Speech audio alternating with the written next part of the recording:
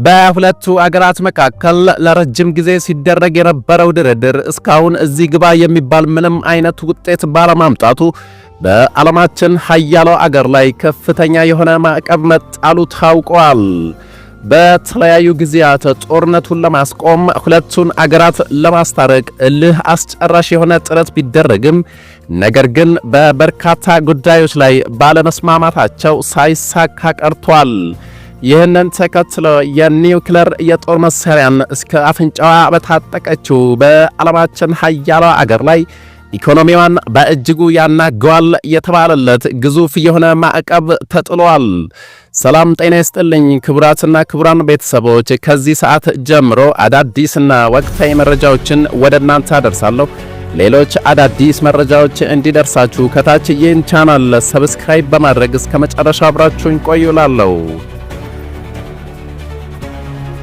ከፍተኛ የሆነ ውድመት እያስከተለ ያለው በሁለቱ አገራት መካከል እየተደረገ ያለው ውጊያ ፍጻሜ እንዲኖረው ከፍተኛ ጥረት ቢደረግም ነገር ግን በብዙ ምክንያት ሳይሳካ ቀርተዋል።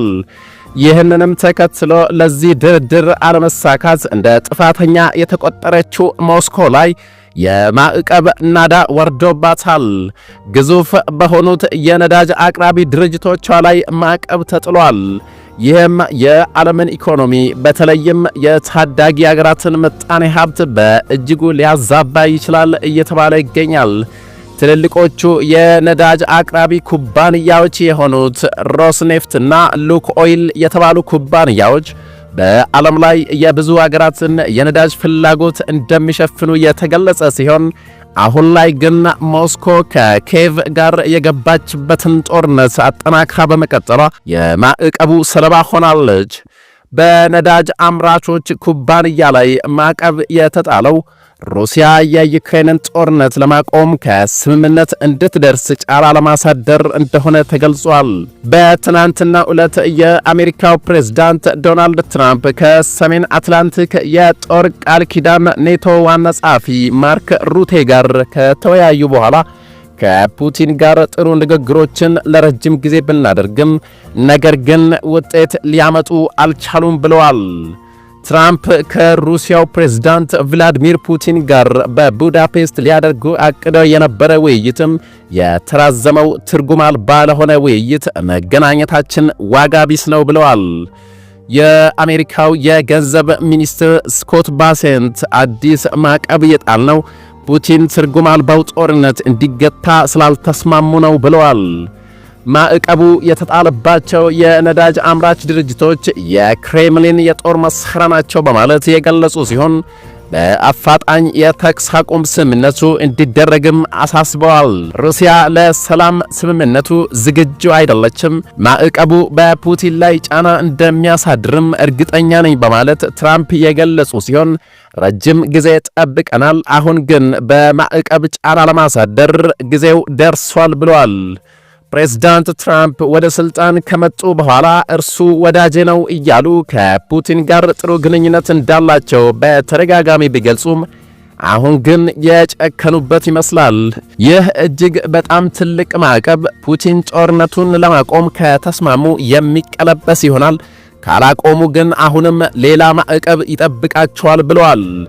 የአሜሪካና የሩሲያ የሰላም ዕቅድ ሰፊ ልዩነት እንዳለው ለማወቅ ተችሏል። ሞስኮ ጦርነቱን አሁን ለማቆም አለመፈለጓ ዋና የድርድሩ ልዩነት እንደሆነ አሜሪካ አስታውቃለች። የአሜሪካ የውጭ ጉዳይ ሚኒስትር ማርኮ ሩቢዮ አሁንም ቢሆን ከሩሲያ ጋር ለመነጋገር አገራቸው ፈቃደኛ መሆኗን ተናግሯል። ባለፈው ሳምንት እንግሊዝም በበኩሏ በሁለቱ ግዙፍ ነዳጅ አምራቾች ሮስኔፍትና ሉክ ኦይል ላይ ማዕቀብ መጣሏ ይታወሳል። ይህንንም ተከትሎ በዩናይትድ ኪንግደም የሩሲያ ኤምባሲ ባወጣው መግለጫ ማዕቀቡ ዓለም አቀፍ የነዳጅ ገበያን የሚያናጋና ከዚህ በተጨማሪም በታዳጊ አገራት የኃይል አቅርቦት ላይ ተጽዕኖ ያሳድራል፣ ሩሲያ ላይ ጫና ለማሳደር መሞከር የሰላም ንግግሩን የበለጠ የሚያሰናክልና ውጥረቱን የሚያባብስ ነው ብለዋል። ሁለቱ የሩሲያ ነዳጅ አምራቾች በየቀኑ 3.1 ሚሊዮን በርሜል ነዳጅ ወደ ውጭ ሀገራት እንደሚልኩና ሮስኔፍት ብቻ ከሩሲያ የነዳጅ አቅርቦት ግማሹን በመሸፈን ከዓለም አቀፍ ገበያው ደግሞ 6% ድርሻ አለው ተብሏል። ቻይና፣ ህንድና ቱርክ ዋነኛ የሩሲያ ነዳጅ ተጠቃሚዎች ሲሆኑ የአገሪቱ ከፍተኛ ገቢ የሚገኘውም ከነዳጅ ሽያጭ እንደሆነ ተገልጿል። ሌሎች የዓለም ሀገራትም የሩሲያ ነዳጅ ላይ ማዕቀብ በመጣል ጫና እንዲያሳድሩ ዶናልድ ትራምፕ ጠይቋል። የአውሮፓ ህብረት ኮሚሽን ፕሬዝዳንት አርሰላ ቮንደርሊን ሩሲያ ለሰላም ስምምነት ቁርጠኛ አይደለችም በማለት በሩሲያ ላይ ማዕቀብ መጣሉን ትክክለኛ እርምጃ መሆኑን ተናግሯል። እንደ አውሮፓውያኑ አቆጣጠር በ2025 መባቻ ላይ አሜሪካና ዩኬ ጋዝፕሮም እና ሰርጉት ኔፍት ጋዝ በተባሉ የሩሲያ ነዳጅ ድርጅቶች ላይ ማዕቀብ መጣላቸው ይታወሳል። አሜሪካ ከዩክሬን እንዲሁም ከአውሮፓና ከኔቶ አጋሮቿ ጋር 12 ነጥብ ያለው የሰላም ዕቅድ ላይ ለመወያየት አቅዳ እንደነበርና ጦርነቱ አሁን ባለበት የውጊያ መስመር ላይ እንዲቆም የታገቱ ልጆች እንዲመለሱና ሁለቱ አገራት እስረኛ እንዲለዋወጡ የድርድር ነጥቦች ቀርበው ነበር። ለዩክሬን መልሶ ግንባታ ገንዘብ መመደብና ዩክሬን ወደ አውሮፓ ህብረት የምትቀላቀልበትን መንገድ ማመቻቸት በእቅዱ ተካተው ነበር። ነገር ግን ድርድሩ ሳይሳካ ቀርተው ትራምፕ በቡልጋሪያ ከፑቲን ጋር ተገናኝተው ፍሬ አልባ ውይይት ማካሄድ እንደማይፈልጉ ገልጸዋል። ከዚህ ቀደም ሁለቱ መሪዎች በአላስካ ቢገናኙም ውይይታቸው የተጠበቀውን ውጤት አላመጣም። መሪዎቹ ለሁለተኛ ጊዜ በቡዳፔስት ከመገናኘታቸው በፊት የውጭ ጉዳይ ኃላፊዎቻቸው እንዲነጋገሩ እቅድ ቢያዝም ውይይቱ ተራዝሟል። የሩሲያ ወታደሮች አሁን ባሉበት ቦታ ሆነው ጦርነቱ እንዲቋጭ አሜሪካ ብትፈልግም የክሬምሊን ቃል አቀባይ ዲሚትሪ ፔስኮቭ እንዳሉት ግን በቅድሚያ የዩክሬን ወታደሮች ከዶንባስ ግዛት መውጣት አለባቸው በማለቱ ከስምምነት ሳይደረስ ቀርተዋል።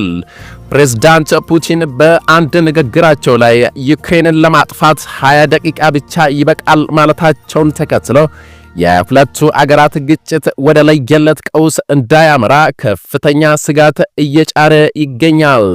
ክቡራትና ክቡራን የዛሬ ሚዲያ ቤተሰቦች የአሁኑ መረጃ ይህን ይመስል ነበር። አዳዲስና ወቅታዊ መረጃዎች በፍጥነት እንዲደርሳችሁ ይህን ቻናል ከታች ሰብስክራይብ አድርጉ እያልኩ በቀጣይ መረጃ እስክንገናኝ ድረስ ሰላም።